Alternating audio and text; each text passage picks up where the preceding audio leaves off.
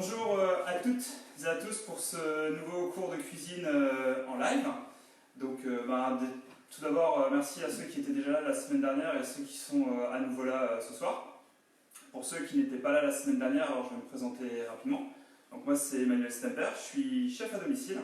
Là on est dans mon laboratoire, donc j'ai la chance d'avoir une cuisine avec l'équipement professionnel directement dans mon domicile. Donc j'habite juste au-dessus de la maison. Voilà, donc c'est assez confortable pour venir travailler. En tant que chef à domicile, je propose des repas qui sont servis à l'assiette chez mes clients, que ce soit des professionnels ou des particuliers. Je les sers comme s'ils étaient au restaurant, sauf qu'ils sont chez eux. Voilà, mais aussi je propose des services traiteurs classiques, donc des buffets, des cocktails et ainsi de suite, que ce soit pour des mariages, des départs en retraite ou n'importe quel type d'occasion. Et j'habite à Heurt, en Alsace, à côté de Strasbourg, dans le Bas-Rhin. Voilà. Donc, ce soir, la recette, c'est une recette qui, je pense, est assez simple, que j'espère que vous arriverez à reproduire chez vous sans trop de difficulté. Donc, comme la dernière fois, ce qu'on va faire, c'est que je vais vous expliquer la recette en pas à pas. Et puis, vous allez me poser des questions. Je vais de temps à autre m'arrêter pour venir voir les différentes questions qui ont été posées sur le fil d'actualité, et puis j'y répondrai tout simplement. Donc pour cette recette, ça va être un tataki de bœuf avec une mousseline de brocoli au wasabi, accompagnée de brocoli rôti. Voilà, c'est une recette que je sers généralement en entrée, sauf que donc là ça va être une version simplifiée, parce que généralement j'aime bien faire beaucoup de mise en place sur les différents plats que je propose. Donc là, sur cette version simplifiée, il y aura uniquement les éléments que je vous ai indiqués là. En ce qui concerne les assaisonnements, il y aura le sésame qui va venir apporter beaucoup de peps sur la mousseline de brocoli.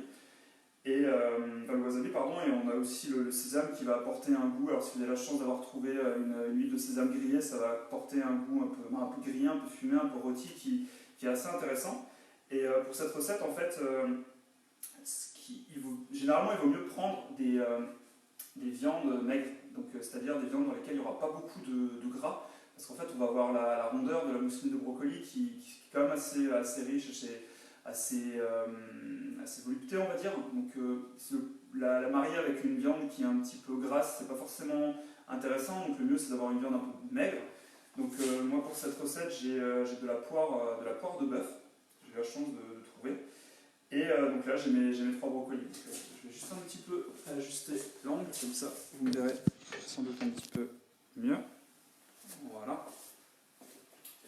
Donc, pour cette recette, ce qu'on va commencer à faire, c'est... j'ai aussi des petits oignons. Voilà, parce que... Alors, je ne sais pas si je ne l'ai pas indiqué, parce que j'avais pas envie de vous imposer trop d'ingrédients à aller chercher. En ce moment, c'est un petit peu compliqué, donc si vous avez des herbes fraîches qui viendraient agrémenter la recette, c'est vraiment génial. On pourrait utiliser par exemple de la coriandre, là moi j'ai des oignons nouveaux, on pourrait utiliser de l'oignon botte, on pourrait utiliser même du persil ou de la ciboulette. Mais l'idéal serait quand même de la coriandre, vu que là on resterait sur des saveurs un petit peu plus asiatiques. Alors, donc là on va les préparer après. On va tout de suite commencer par le brocoli. Donc le brocoli, comme je disais, on va le préparer de 2 manières. Donc il y aura une mousseline et les brocolis qui sont rôtis. Donc dans les 2 cas, ce qu'on va faire, c'est qu'avec un petit couteau, on va prendre le brocoli comme ça, et en fait on va venir tailler ce qu'on appelle les sommités du brocoli. Voilà. Ensuite on va les mettre de côté, tout simplement. Autre étape assez importante, on va mettre une casserole d'eau. Donc là, j'ai une casserole d'eau. Voilà, on va la remplir tout simplement et la saler. Donc on va cuire les brocolis, comme on dit, à l'anglaise. Donc je vais la porter à ébullition. Voilà, ça, on ne perd pas trop de temps. Donc là, tous mes brocolis, on ne se pose pas de questions, on les prépare tous de la même manière. Donc on va couper à chaque fois les sommités. Donc il y aura une partie qu'on va cuire dans cette eau et une autre partie qu'on va retirer.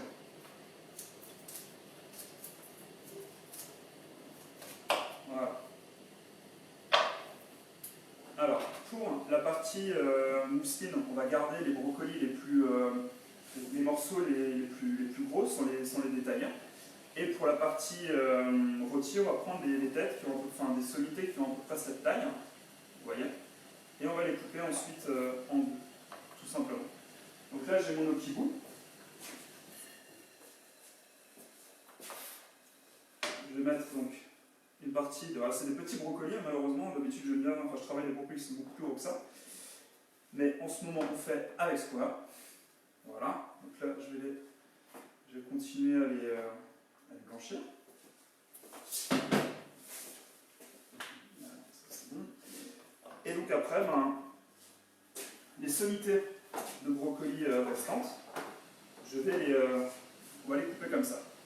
Voilà. Donc là je vais prendre ici. Tac. Je ne vais pas tous les faire.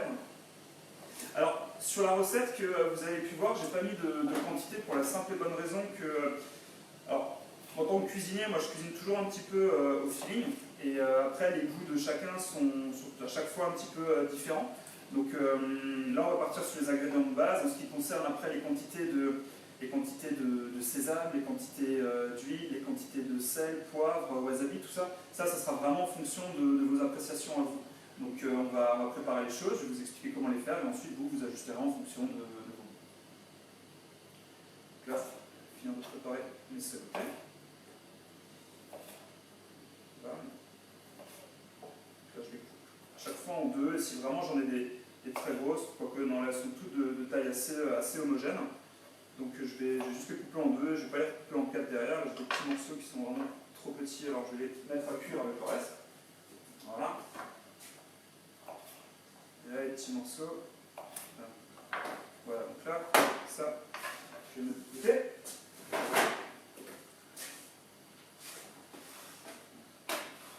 Alors, est-ce que vous avez réussi déjà à trouver les ingrédients pour refaire la recette chez vous?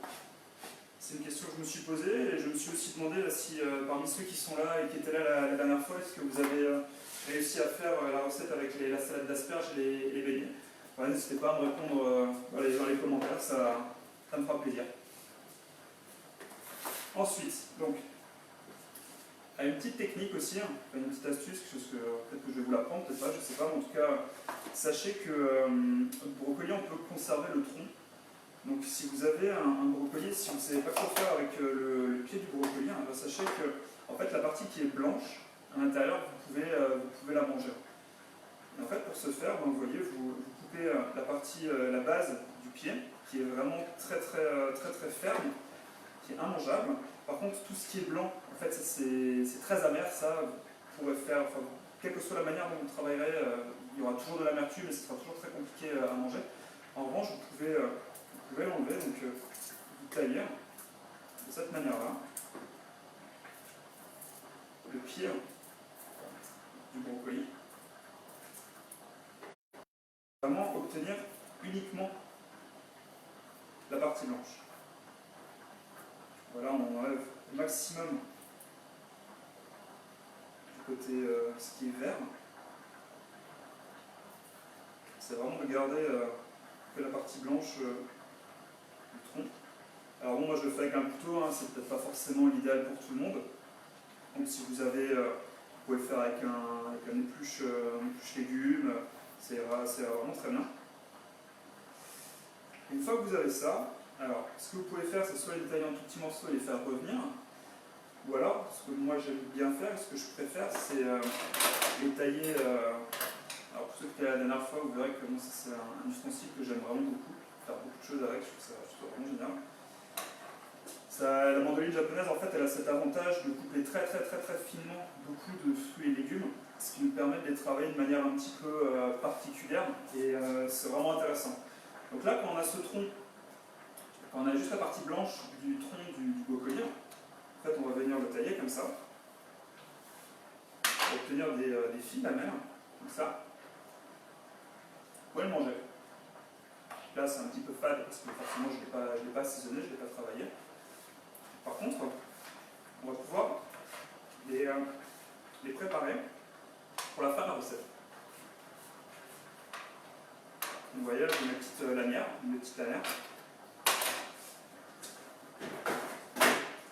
Je vais les réserver de côté. Donc là, je vais les assaisonner avec un tout petit peu d'huile de sésame. Un peu de sel. Voilà, je mélange un petit peu. Et je vais les mettre de côté. Vous voyez, là on a les petites lamelles avec le cœur de brocoli. Je vais les mettre de côté. Et on s'en servira à la fin de la recette. Donc là, on va déjà voir où est-ce qu'on en est avec les brocolis. Donc pour ça, en fait, pour vérifier la cuisson, comme pour beaucoup de légumes, vous les sortez et vous les piquez comme ça pour voir s'ils sont bien cuits à cœur, bien tendres. Donc là, on va faire une mousseline, donc on veut quelque chose de relativement mou. Donc là, normalement, je devrais pouvoir le couper comme ça, sans trop forcer. Donc là, ça manque un tout petit peu de cuisson.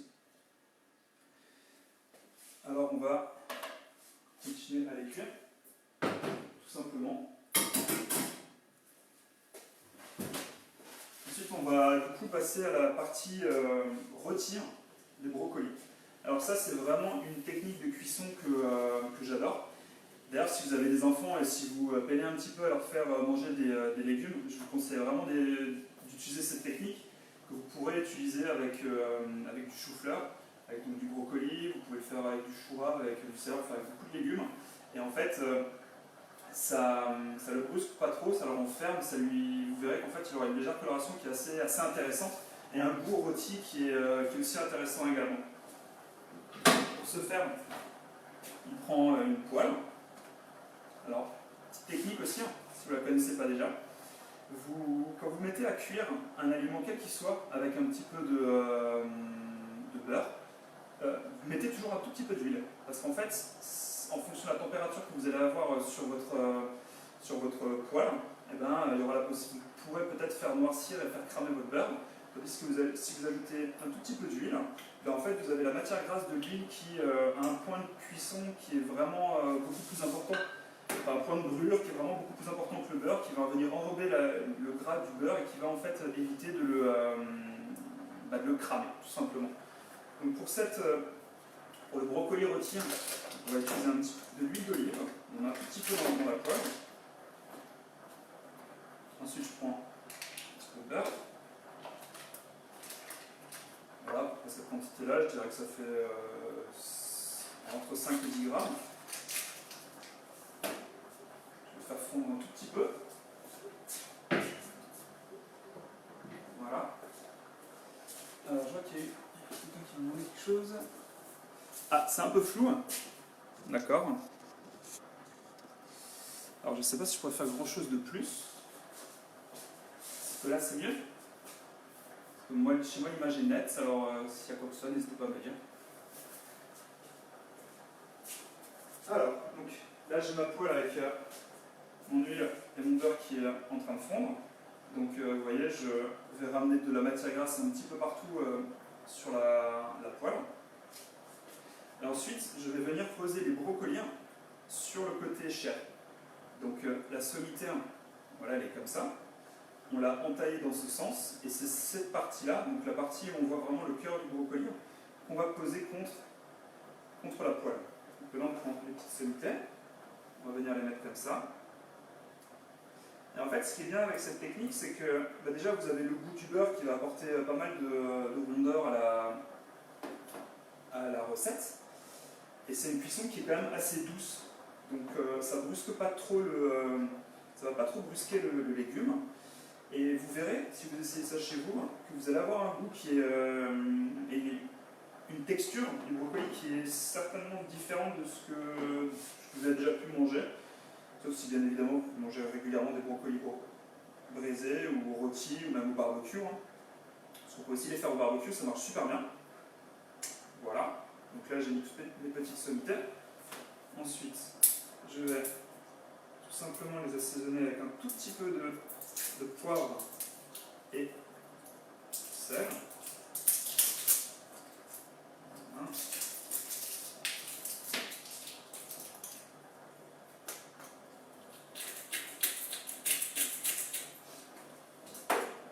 petit peu de sel.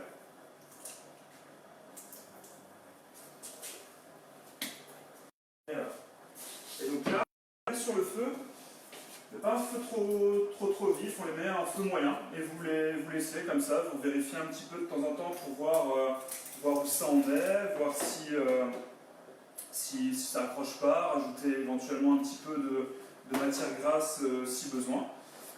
Et là, on va les laisser pendant un petit moment. En général, on va dire qu'il faut compter à peu près, là on est sur le brocoli, donc je pense que ça devrait être cuit en 15-20 minutes à peu près.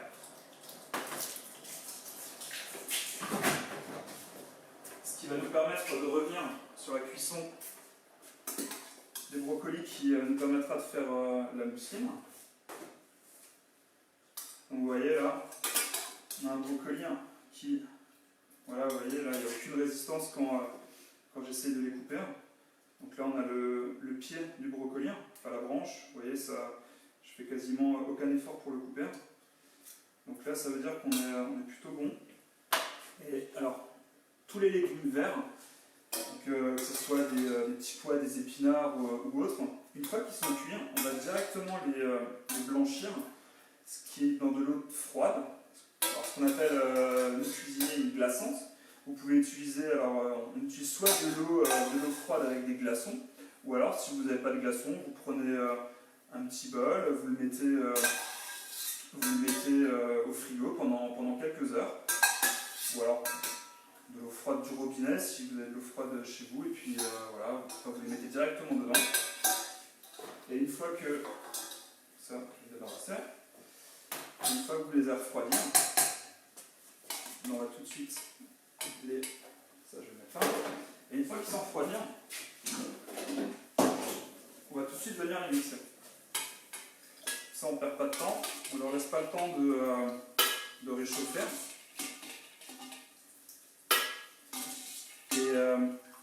Et ils seront encore très très verts. Ça c'est quand même très intéressant si maintenant on veut faire des assiettes qui sont un petit peu plus visuelles. Donc là moi j'utilise, alors ça surprend souvent les gens quand je leur dis qu'il y a un Thermomix à la maison. Alors sachez que dans beaucoup de cuisines on utilise des Thermomix. Pour la simple, alors on n'utilise pas toutes les fonctions qui sont... après je ne dis pas, c'est certainement qu'ils le font, mais généralement moi quand je me sers d'un Thermomix et les autres cuisiniers avec lesquels j'ai travaillé, on se sert d'un Thermomix uniquement pour la partie pour lisser en fait des purées, parce que c'est un des meilleurs outils qui existe sur le marché pour mixer et lisser au maximum un fruit, un légume, une gelée ou peu importe. Donc voilà, mes clients sont toujours surpris quand je leur dis que je fais mes purées ou mes soupes ou autres au Thermomix. Mais quand je les fais toujours de cette manière-là. Je cuis au préalable les fruits et les légumes et après seulement je vais venir les glisser dans mon Thermomix. Donc pour avoir une texture un petit peu plus lisse, quand on va mixer le légume, on va lui apporter un petit peu de matière grasse. Donc là je vais mettre un petit peu de beurre, donc on va mettre de l'huile d'olive. Dans cette recette on n'en mettra pas simplement parce que ça, en termes de goût ça n'ira pas avec le wasabi. On pourrait mettre de l'huile de sésame, mais vraiment un tout petit peu parce que c'est un goût qui est très très prononcé. Et voilà. Donc là, je vais commencer à mixer la purée, enfin, le bouet.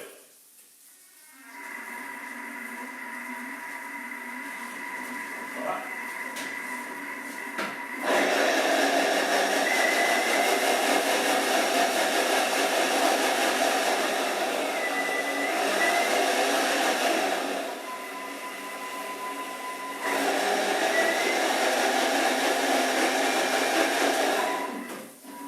Plusieurs fois.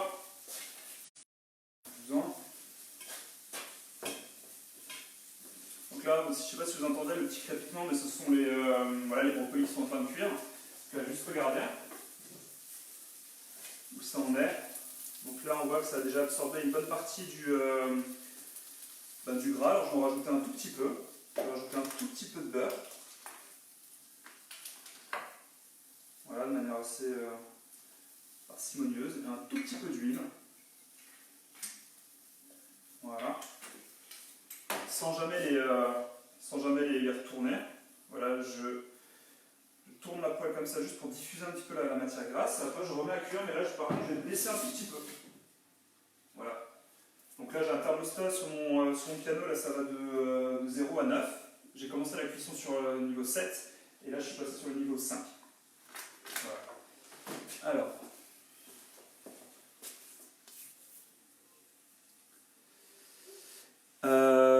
Les brocolis.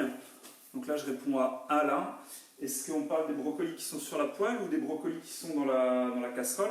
Dans quel cas, il y aura un temps de cuisson qui sera différent. Ceux qui sont à la poêle, on va dire que c'est entre 15 et 20 minutes en fonction de la taille du brocoli. Il ne faut pas les brusquer parce que vu que c'est une cuisson qui est saisie, on risque en fait de les brûler au bout d'un moment. Donc le mieux, c'est plutôt partir sur une cuisson douce et la plus longue possible. Donc je dirais 20 minutes, ça devrait être bon. Après, en ce qui concerne les brocolis, les têtes de brocoli, si vous les coupez vraiment très très fin et que vous les cuisez ensuite de l'eau bouillante, ça va très très vite. En 5 minutes, ça peut être réglé. Pour la cuisson au micro-ondes, je ne peux pas vous dire, j'ai pas de micro-ondes, donc je sais pas, je suppose que ça se cuit aussi au micro-ondes.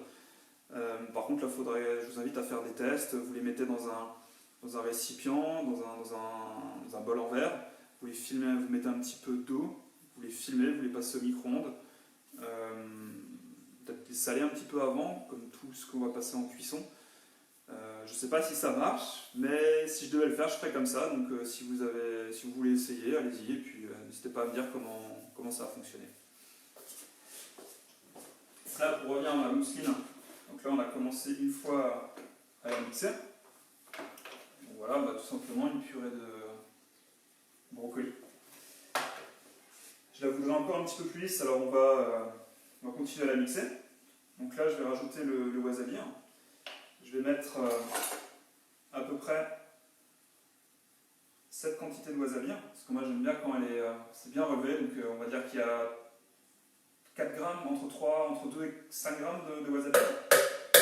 Ça, tout dépend aussi du wasabi que vous utilisez. On va saler encore un petit peu. Rajouter un petit peu de beurre et on va repartir.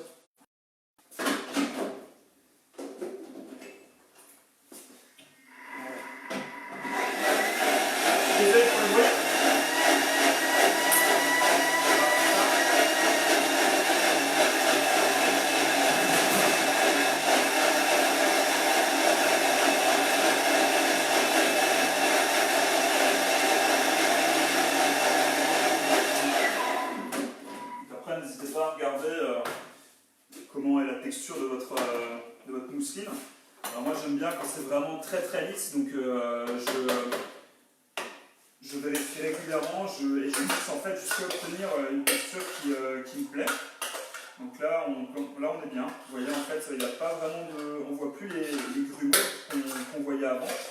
Je vais la mixer encore une fois pendant quelques secondes et après ce sera réglé.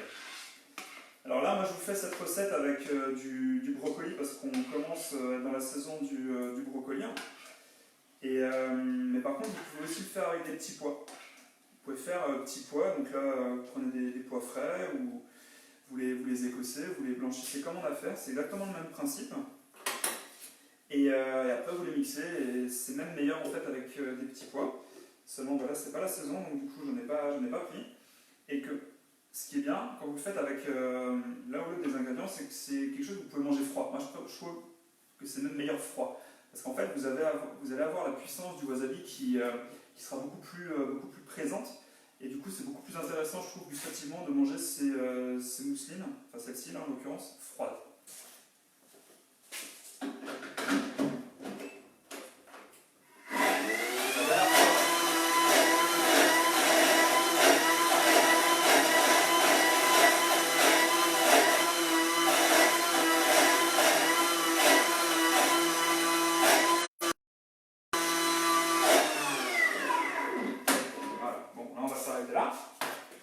Passer la soirée où comment je mixe une purée. Donc là, pour moi la texture elle est plutôt bien.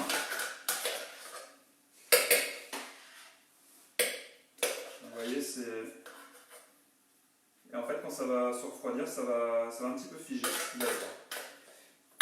Donc là, une fois que ça c'est prêt, vous goûtez, éventuellement vous salez un petit peu, vous rajoutez du wasabi, si vous avez... alors c'est vrai que là on va rajouter encore un petit peu de soja. Ça, je vais passer.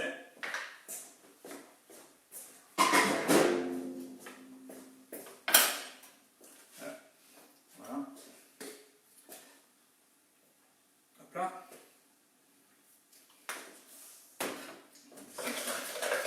Là maintenant on va venir. Donc là ce que je vais faire c'est que je vais tout simplement... Voilà. Hop. Donc ça je vais mettre au frigo. Voilà. Ça on s'en servira maintenant uniquement à la fin de la recette. Alors. Maintenant on va regarder comment sont les petits morceaux de brocoli.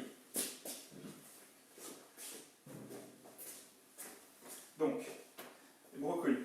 En général, ils sont cuits. Alors déjà, on peut regarder pour vérifier. Donc, vous voyez, ils sont là. Pour vérifier s'ils sont cuits, comme tous les ingrédients, vous prenez un petit pic et vous regardez si vous arrivez. Voilà, donc j'arrive à les percer. Et ils ne tiennent pas, donc je les transperce. Donc ça veut dire qu'à cœur, ils sont cuits. Et après aussi, ce qu'on peut faire pour vérifier, c'est regarder comme ils sont. Donc là, on a une petite coloration qui est assez intéressante, je trouve. Moi, je préfère quand ils sont un petit peu plus colorés. Donc là, ce que je vais tout simplement faire, c'est les remettre à cuire. Mais un feu un peu plus vif pour vraiment avoir cette coloration qui manque. Et voilà, tout simplement. Donc là, dans quelques secondes, ça sera fini. Ensuite, donc, la pièce principale du plat, ça va être la poire de bœuf. Donc, c'est une viande qui est particulièrement tendre. Généralement, ce sont des grosses pièces, comme vous voyez là. Donc, le principe du tataki, ça va être de venir saisir de manière vraiment très très très rapide la pièce de viande. Alors, la plupart d'entre vous, je pense, connaissent le tataki de thon. C'est vrai que c'est une recette qu'on retrouve assez fréquemment dans les restaurants asiatiques, cuisine fusion. Voilà, c'est assez intéressant. C'est un plat japonais, d'origine d'influence japonaise, c'est ça vient du Japon. Et en fait, on peut le faire aussi avec du bœuf. On peut le faire avec d'autres viandes, mais le bœuf s'y prête plutôt bien. Donc, étant donné que c'est une cuisson, en fait, c'est une technique, on va dire, qui cuit cru. C'est-à-dire que ça va être très très cuit sur les bords et ça va être cru à l'intérieur. Donc là, moi j'ai une poire de bœuf qui est quand même, elle doit peser 190 grammes. Donc c'est un morceau qui est quand même assez costaud.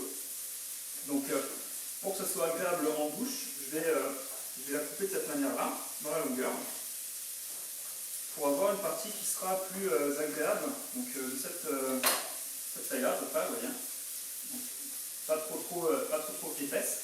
Sinon vous aurez trop de cru à l'intérieur, et ce qui n'est pas forcément agréable non plus. Voilà. Ensuite, donc là, on va juste vérifier comment sont les brocolis rôtis. Avant, je vous ai fait le test. Vous avez vu quand je les transperçais, on voyait que c'était vraiment fondant à cœur. Et là, ça c'est vraiment la coloration moi, qui me plaît. Je ne sais pas si vous voyez. Et moi j'aime bien en fait quand ils sont ouais, un petit peu. En fait j'aime bien quand on les regarde, on se demande s'ils ne sont pas un peu brûlés. Et en fait non, pas du tout, ils sont légèrement caramélisés. Et pour moi là ils sont bons, ils sont même parfaits. Donc je vais tout simplement les mettre de côté.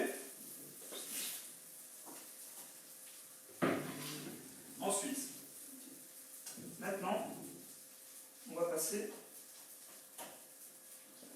au tataki. Donc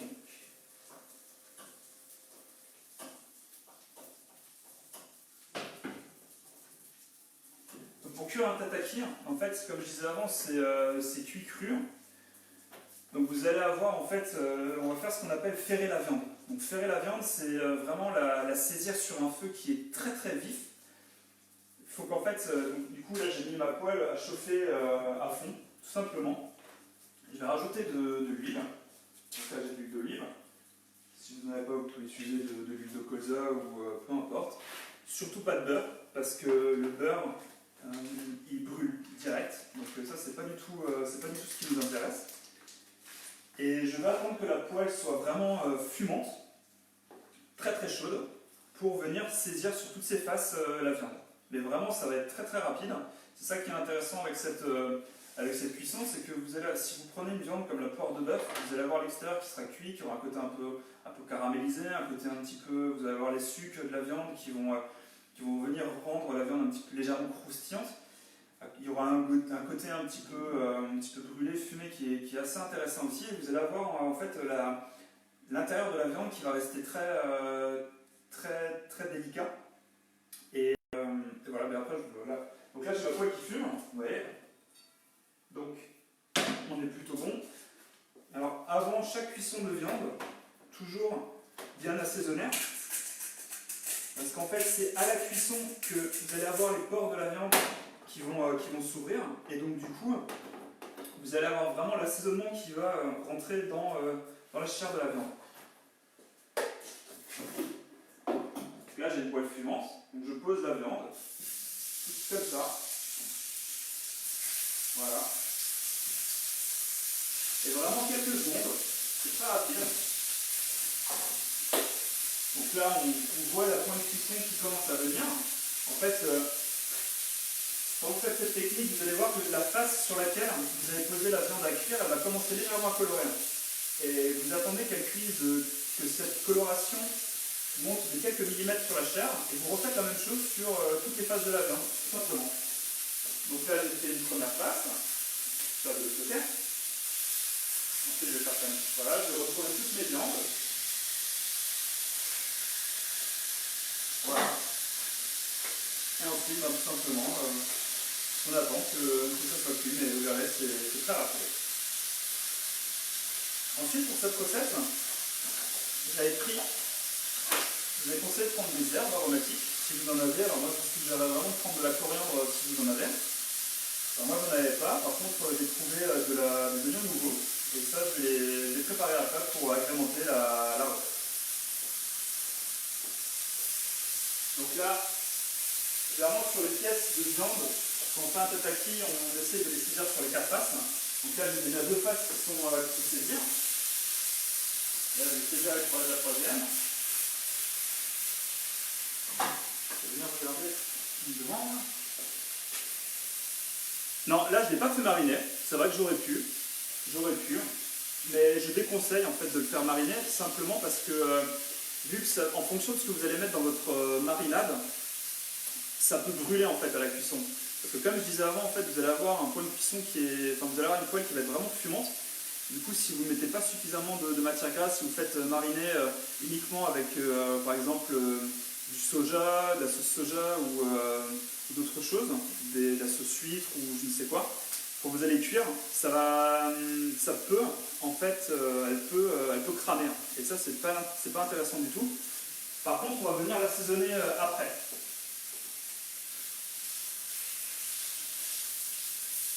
Donc voilà. Donc là, j'ai bien saisi sur toutes les faces ma viande. Là, je vais couper.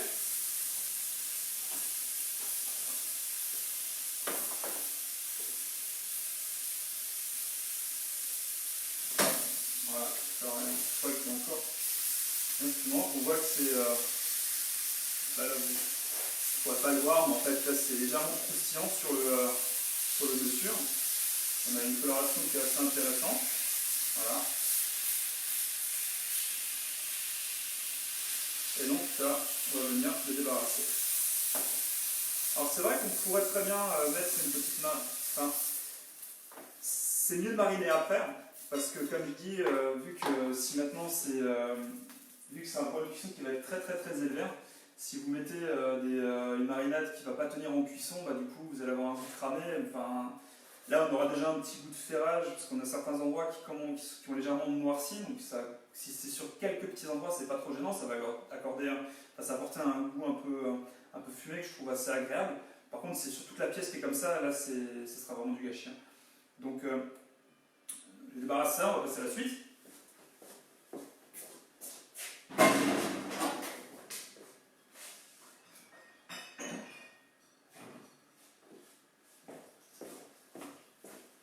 Donc, une fois que la pièce a été saisie, on la prend. Voilà, on a la pièce qui est saisie. Et ensuite, on va couper vraiment des petits morceaux. Donc là, vous voyez, on peut voir en fait que l'intérieur est vraiment cru et qu'à l'extérieur, c'est bien cuit. Et ça, c'est le principe du tataki. Et donc, vu qu'il y a quand même une grande partie de la viande qui reste crue, l'idéal, c'est de couper des petits morceaux de viande pour que ça soit quand même beaucoup plus facile à manger. Parce que si vous coupez vraiment des gros pavés, en bouche, c'est comme un tartare en fin de compte. Un tartare, plus vous allez le couper petit, plus ça sera agréable en bouche. Pour un tataki, c'est pareil.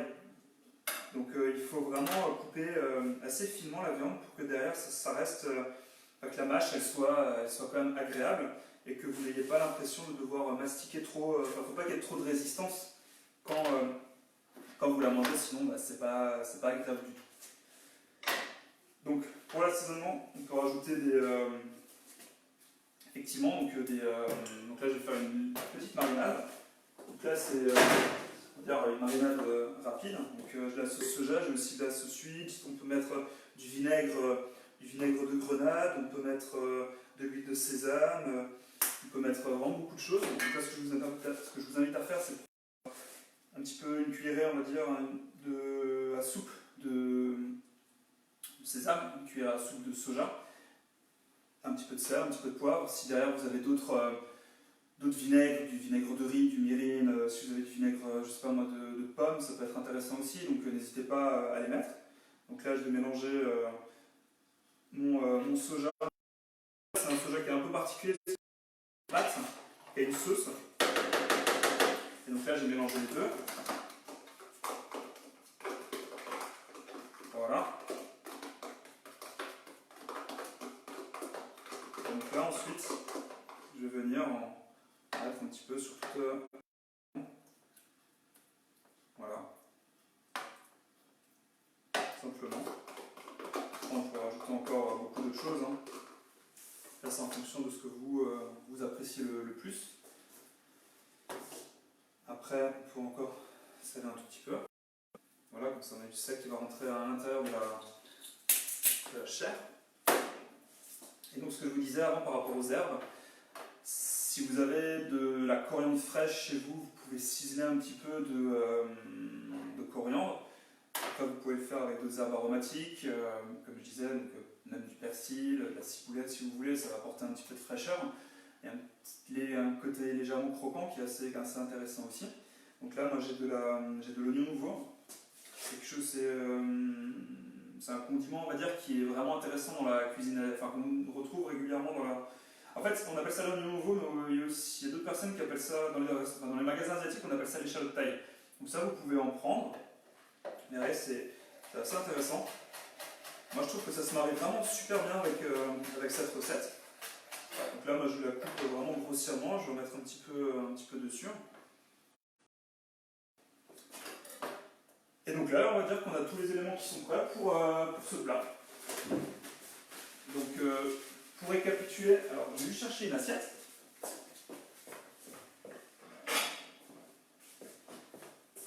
Donc, là, nous avons dans ce plat, notamment mix, pardon. Donc, on a la mousseline de brocoli. Ouais, si maintenant vous voulez vous amuser à faire un petit dressage sympa, vous pouvez mettre un petit peu de brocoli là, dans un bord d'une assiette, de faire un petit trait comme ça. Ensuite, on va prendre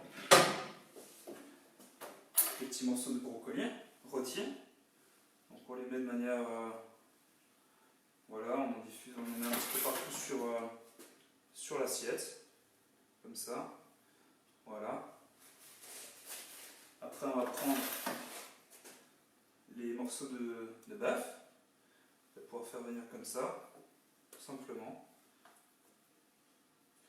C'est un plat qui est quand même assez rapide à faire, que vous pouvez reproduire chez vous sans aucun souci, qui est assez bon, qui est assez frais. Voilà, on peut encore rajouter un petit peu de brocoli.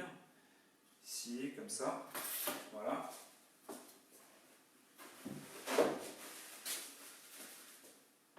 Et ensuite, j'avais parlé des graines de sésame que j'ai... Je vais chercher les graines de sésame. Parce qu'étant donné qu'on a mis de l'huile de sésame, pour retrouver le goût du sésame, on va en mettre un petit peu là, comme ça. Voilà. Et pour finir, on va utiliser tout simplement les petits morceaux de brocoli marinés. Donc là, vous pouvez vous amuser, hein. Vous pouvez mettre comme ça, voilà.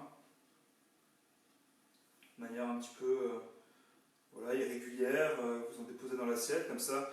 Vous allez avoir 3 textures de brocoli. Vous allez avoir une purée de brocoli, vous allez avoir un brocoli rôti, vous allez avoir une salade de brocoli, on va dire. Et voilà. Donc vous voyez, c'est quelque chose qu'on a fait ensemble là, en 30 minutes, qui je pense est assez simple à reproduire à la maison et avec des produits qui sont assez faciles à trouver. Voilà, et puis si ensuite vous voulez vous faire une petite sauce en plus, vous prenez le mélange sauce soja, sauce soja d'huile de sésame, vous pouvez le rallonger avec un petit peu d'eau, un petit peu de sauce soja, vous devez voir en fonction aussi de vos goûts. Comme je disais au préalable, hein, je cuisine, on va dire, forcément comme un cuisinier, donc je fais toujours tout un petit peu au feeling, je tâche, je goûte, donc n'hésitez pas à faire pareil chez vous. Moi, je vous ai donné une petite base, et après vous pouvez rectifier en fonction de ce que vous aimez, et puis voilà. Et après, voilà, vous pouvez mettre un petit peu de sauce ici, et voilà. Donc voilà, tout simplement un petit plat qu'on a fait ensemble, qui pourra, j'espère, vous faire plaisir, que vous arriverez facilement à refaire à la maison, en toute simplicité. Et puis si vous avez des questions, n'hésitez pas, et j'espère que vous avez apprécié ce moment. Alors, oui, ouais, alors, cuillère de sapé, bien sûr. Bien sûr, je pense qu'il n'y a pas de souci, ça sera même assez intéressant. Du citron vert complètement, râper des zestes de citron vert sur le dessus, ça pourrait être bien. C'est vrai, je les avais sortis, mais j'ai des pickles de gingembre que j'ai fait moi-même.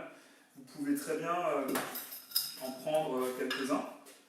Donc si maintenant vous aimez bien manger des makis, des sushis ou d'autres choses, et si vous avez encore quelques morceaux de gingembre qui sont servis avec, vous les prenez comme ça. Vous les coupez vous essayez de faire une petite brunoise. Donc pour ce faire, vous coupez d'abord des lanières dans ce sens, et après vous coupez dans ce sens. Voilà, et puis après vous pouvez encore en rajouter un petit peu, comme ça fera une texture et une saveur supplémentaire qui ira très très bien avec le plat.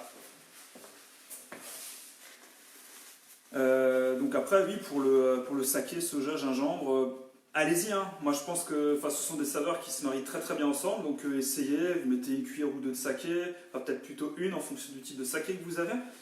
Si c'est un saké qui est plutôt liquoreux, pétillant, si c'est un saké qui a vraiment un goût de riz, donc, parce qu'il y a quand même beaucoup de variétés de saké, donc ça va dépendre de celui que vous avez. Donc mettez-en un tout petit peu, après rajoutez les ingrédients que vous avez envie, goûtez, modifiez, voilà, faites-vous plaisir, tout simplement. Ensuite, qu'est-ce qu'on a comme autre question? Donc non, voilà. Voilà, tout simplement. Je ne sais pas si vous avez encore des questions, c'est le moment. Et si vous n'en avez pas, je vous souhaite un bon appétit, bon confinement, et prenez le temps de cuisiner, vu que là on a un petit peu plus de temps pour ça. Faites-vous plaisir et mangez bien. À bientôt!